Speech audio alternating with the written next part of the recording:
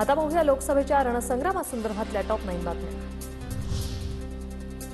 वेळच्या नाळवंडीमध्ये पंकजा मुंडेंची भर पावसा सभा, मतांचा पाऊस माझ्यावर पाडा, मी तुमच्यावर विकासाचा पाऊस पाडेन, पंकजा मुंडेंचं मतदारांना आवाहन।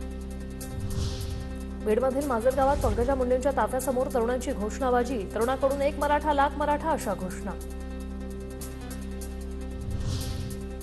लोकांना उज्ज्वल निकम यांच्यामुळे एक पर्याय आहे। उज्ज्वल निकम यांनी भाजपकडून अर्ज भरल्यानंतर वंचितचे अध्यक्ष प्रकाश आंबेडकरांचं विधान।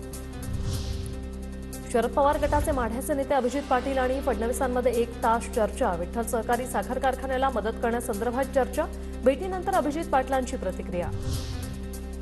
मातोश्रीवर जात उत्तर पश्चिम मुंबईचे उमेदवार अमोल कीर्तीकर आणि पालघरच्या उमेदवार भारती कांबळींनी उद्धव ठाकरेंच्या हस्ते एबी फॉर्म स्वीकारला।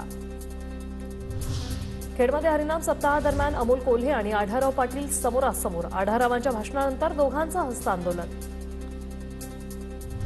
मुंडे साहेबांप्रती निष्ठा असणारे लोक फोटो लावत असतील तर ते गैर नाही, आम्ही बाळासाहेब ठाकरेंचा फोटो लावलेला आहे।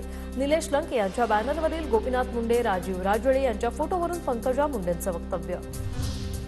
महायुतीत दक्षिण मुंबईसाठी यामिनी जाधवांचं नाव आज किंवा उद्या जाहीर होण्याची शक्यता, दक्षिण मुंबईच्या जागेवर लवकरच निर्णय होईल, फडणवीसांची माहिती। काँग्रेस नेत्या वर्षा गायकवाड आणि प्रिया दत्त यांची भेट, वर्षा गायकवाड उत्तर मध्य मुंबईतून महाविकास आघाडीच्या उमेदवार।